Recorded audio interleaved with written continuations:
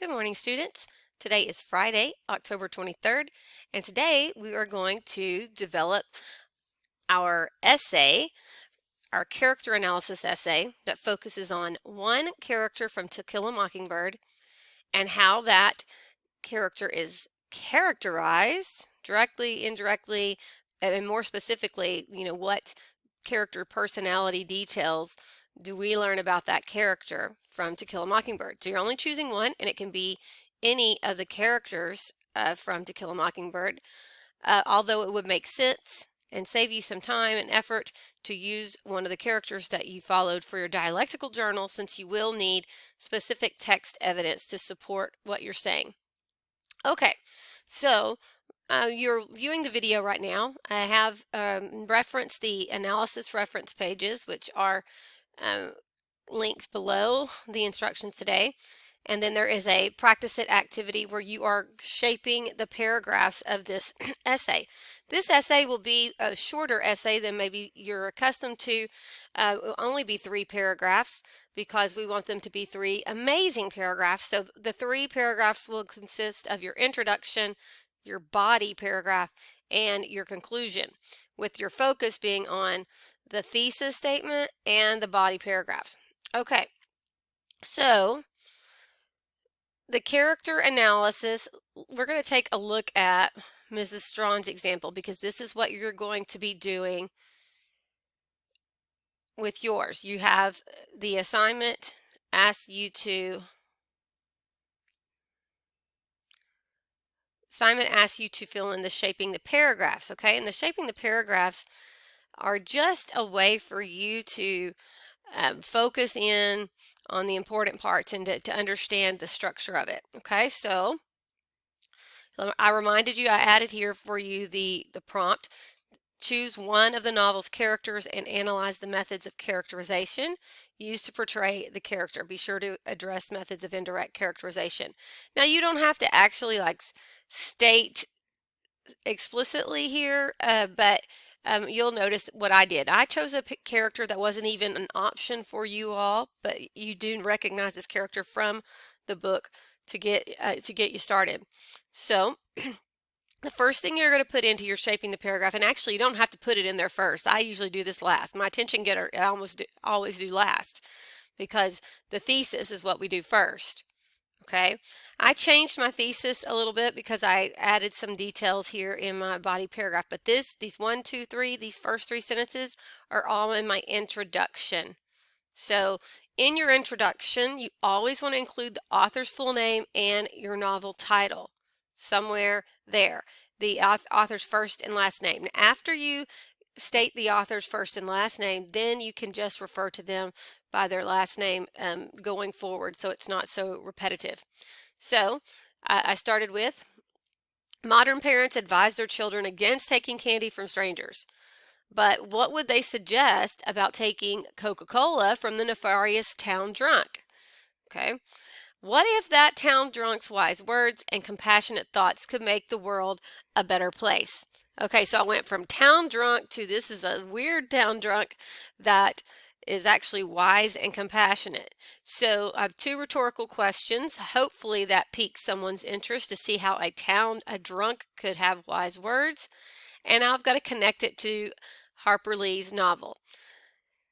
Immune or ignorant to stranger danger, children from Harper Lee's Great Depression era novel To Kill a Mockingbird encounter Maycomb's local anomaly and outsider, an alcoholic, wealthy white man who chooses to live with his black wife and children and to socialize with black society rather than live the lie of white superiority. Okay, I haven't even said his name yet, right? But I did say the Great Depression era novel. So that's that's going along with the idea of where you want to have your title, you want to have your author, you want to have the genre of the book. And notice that To Kill a Mockingbird is italicized because book titles should be in italics. And we have this strange figure that is he chooses to live with black society and rather than live with white society. And here is my thesis that should address my prompt. Remember what the prompt is? Analyze the methods of characterization. Okay. In this single interaction between Scout Dill and Mr. Dolphus Raymond, there's my character, Lee indirectly characterizes Raymond as a noble humanitarian whose progressive views echo the idea that all humans are worthy of compassion and dignity. Okay, so notice what I did here. So I have mentioned the prompt here, so indirectly characterizes. Who is she? She's characterizing Raymond, so I've got my character. And then how, like, what is the personality trait? That's more important than really than anything. Noble humanitarian.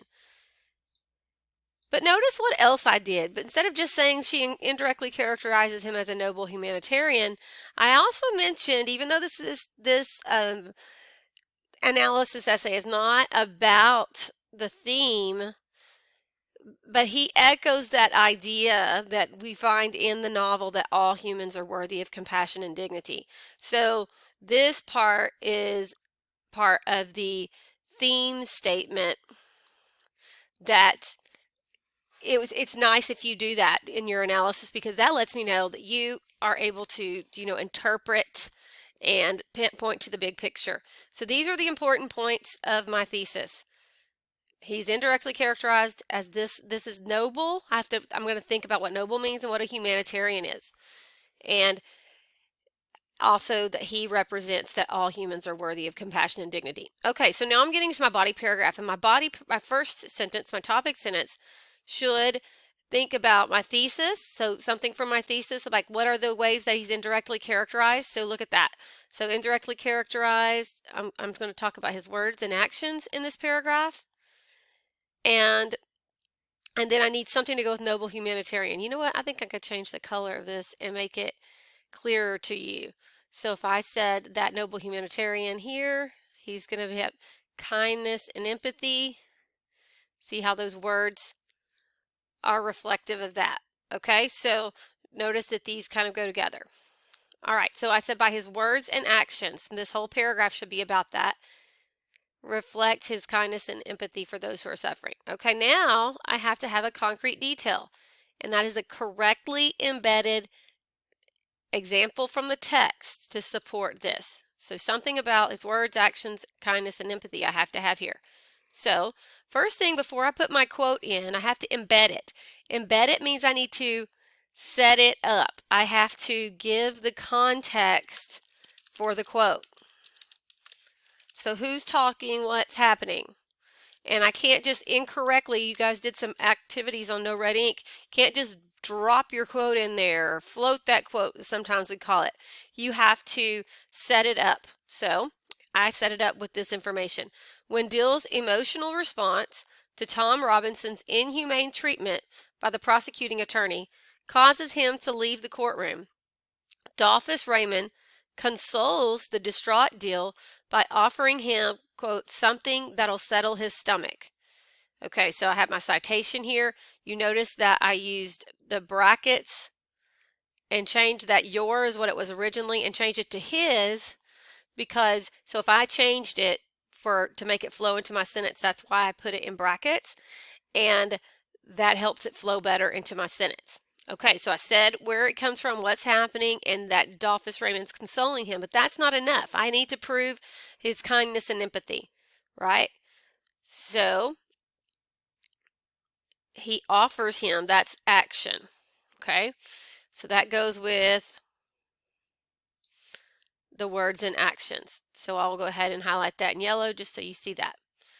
Now I'm going to interpret and explain how this quote goes along with the idea that he's kind and he's empathetic.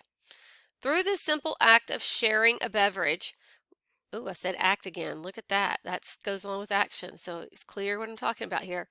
Raymond not only offers comfort to ease Dill's illness, but he also dispels public opinion of his perpetual drunkenness, as Dill discovers that what has been widely reported as alcohol is actually only Coca-Cola. Okay, so he comforts Dill, he offers comfort, that's another act, but we also discover in that moment that Mr. Raymond is not really a drunk at all, that he is drinking Coca-Cola, not anything else.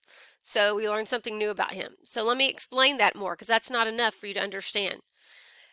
Trusting them with his non-alcoholic secret suggests Raymond's perception of mutual understanding and connection between the children and himself.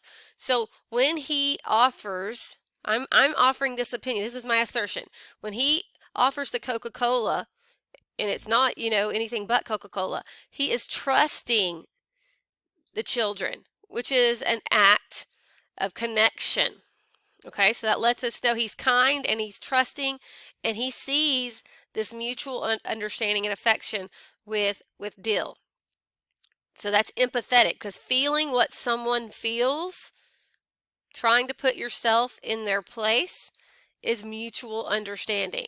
So you can see that in that first text example. But wait, there's more, because that's just one text example. I have to have another one in my body paragraph, at least one more. You can have more than one text example. It's concrete detail number 2. So it's a new correctly embedded textual evidence support my topic sentence.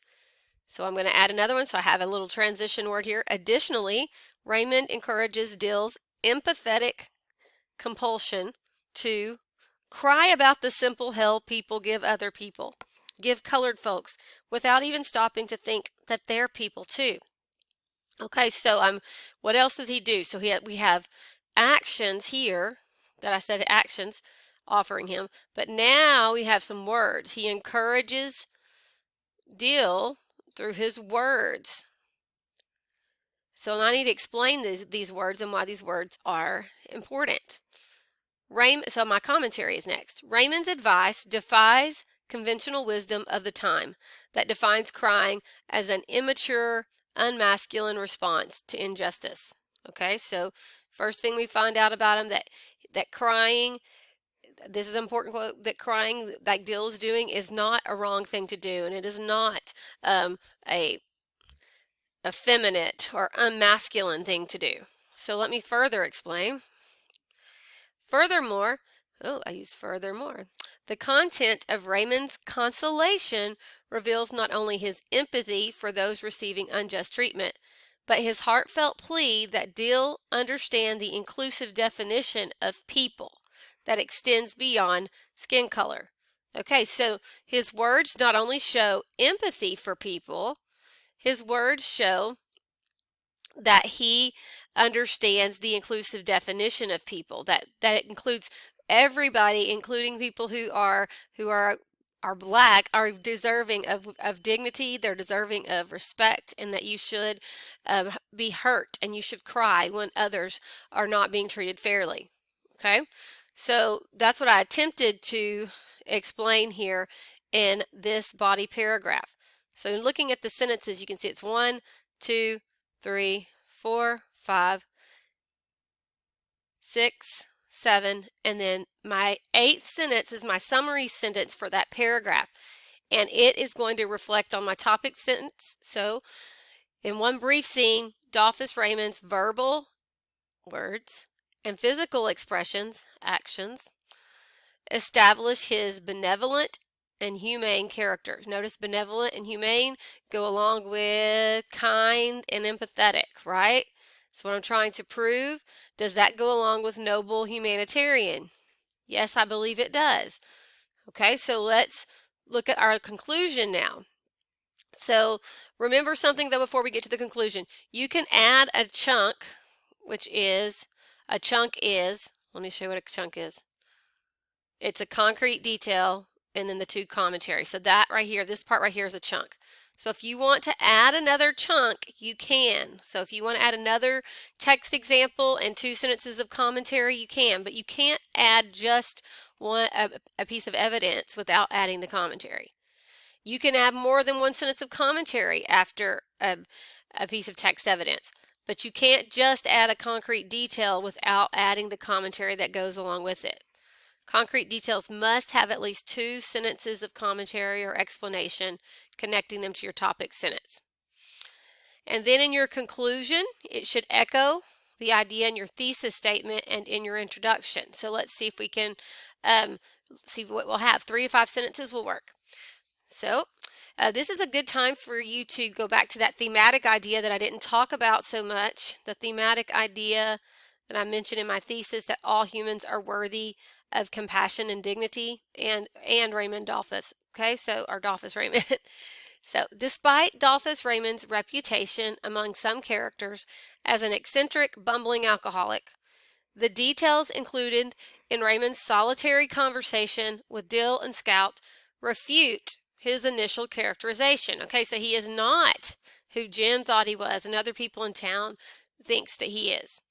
Instead, Raymond's conciliatory responses to Dill reflect a minor character who exemplifies To Kill a Mockingbird's major messages about love, generosity, and humanity. Harper Lee's surprising, shifting characterization of Dolphus Raymond from societal outcast to civil rights advocate invites readers to understand things from Raymond's point of view. Okay, and if you notice this quote right here, this is just a reflection on one of the main ideas from To Kill a Mockingbird. One of the first things that Atticus says to his children that we get is that is a big message, is that you don't understand a person until you consider things from their point of view. So that is bringing that idea back up in my conclusion. Okay, so something that really helped me when I was constructing this example for you, and I think it will be the same in your situation, is that I looked at the analysis reference pages to help me look at my word choice, because in literary analysis there are specific words that are better and easy, that are better to use for literary analysis. So if we were in the classroom, we would print these out and you would put these in your notebook. Since we're not, you're going to download them and you're going to put them in your Google Drive and you're going to keep them. Okay, so we have all the table of contents. We would just write down the page numbers, but here's a listing of things that you'll find. Tone words. Notice that verbs for literary analysis, that's huge. Verbs to use instead of exemplifies or demonstrates, here. They have adjectives to use to describe the author, to describe diction, syntax, adjectives to use to describe characters. So when you're looking at your characters and you're trying to think of some good words to describe your character, there's a whole listing here that you can use. There are transition words, and then how to connect those choices to meaning. All right, so let me show you what was really helpful for me when I was thinking of when I had to write my thesis and have some tone words that showed my analysis. This helped me think about what kind of book is To Kill a Mockingbird, so I could look at that list and find some strong words to use there. And then it was very helpful for me to use these verbs. These verbs will be especially effective when the subject is the author or a character. They are excellent replacements for be verbs like is, was, are, and they will help you form your thesis and theme statements. Careful use of these verbs can result in precise identification of an author's purpose. Okay, so instead of saying he does this, you can just actually use something that's more specific, that tells more of what you think, and it shows more analysis. It shows more sophistication in your writing. Okay, so using these will help you whenever you are writing adding your pieces of text evidence, and you want to show like, hey, Lee exemplifies, or she demonstrates, or manifests Raymond's interesting qualities. I just made one up. Here's some adjectives to use and whenever you're talking about the author or the content, the diction. Here we go, characters. So when you're talking, you don't want to just say pretty, ugly, annoying. What are some different words that you can use? And some of them are positive and some of them are negative, so make sure you actually know what the words mean. These are substitutions for smart and stupid. We have good substitutions for good and bad. They're better, they're more specific, but do define them if you don't know. Social qualities, some nouns for use whenever you're analyzing characters. I use some of those. And then I definitely looked at my transition words list here to help me to know to extend and add a different thought. When I was talking about themes, these are abstract ideas. If you have trouble identifying a theme, this is a good method to use. And This helped me write the theme statement too at the end. So like this detail helps us to see what, okay? So what is it that the author wants us to see? And I think that'll take you through what you need it for the purpose of this assignment. So this is a really handy document that you'll want to pull out at different times whenever we're doing analysis. So I think it will help you through word choice, so I suggest you use it, as well as the fix-its list, which you already have in your possession. Okay, so I have two other things here. This is the example of my essay in MLA format, what it will look like all put together. Okay, so you would have your page numbers, your MLA heading. Now that cougar is the last name of whoever the person is writing it. So actually I wrote this, so it would say Heather Strawn, and so it would say Strawn 1. So for you when you write yours, it will be your first and last name, and your last name and the page number here. Notice the title is just centered. Here is the first paragraph. You saw it in the Shaping the Paragraph pages where it was, broken up into pieces. Here's what the introduction paragraph looks like, typed in size 12 Times New Roman. And then here's my body paragraph, and here is my conclusion. So that's 3 paragraphs total. All right, last thing that you have is the actual assignment. So you'll go here to practice it, character analysis, and you will open up the assignment and you can type, okay? So before you go to a second draft, this is how, where you're going to put everything. So make sure when you open it up, it'll make a copy for you. If you're on the right Google Drive, make sure that you are. Make sure your Schoology account is tied to your 1000 number Gmail account, and you'll be able to type right into these boxes to type your responses. All right, so that is your task. It is a draft. Don't get too worked up if it's not, perfect. I will be working on trying to get you feedback on your thesis statements so that those can change if need be. Those were assignments for yesterday, so I'll try to get you feedback so that you can make sure that you're good to go. If you don't turn your thesis in on time, though, I'm not guaranteeing you I won't be able to look at that. So take a look at the thesis statements, get those turned in. And again, let's look at the assignment for today so you can get going. You are outlining the paragraphs for your literary analysis paper. Make sure you use my example to help you. And the Shaping the Paragraph pages. Pull back out the document that you used at the beginning of the year. It was the writing handbook pages. So that would be from where our first essay that we wrote, you should have, I think it's for your expository essay, you should have that, the Cougar Writing Handbook. Pull that back out and take a look at that if you need to be reminded about how to do attention getters and thesis statements in general, and see what you can do with this, okay? All right, have a great day. I'll be getting back to hopefully each of you with your thesis statements soon. And then you'll be able to feel empowered to write an excellent character analysis essay. Don't forget your dialectical journal has all those great quotes, so pull out the best ones to help you write this paper.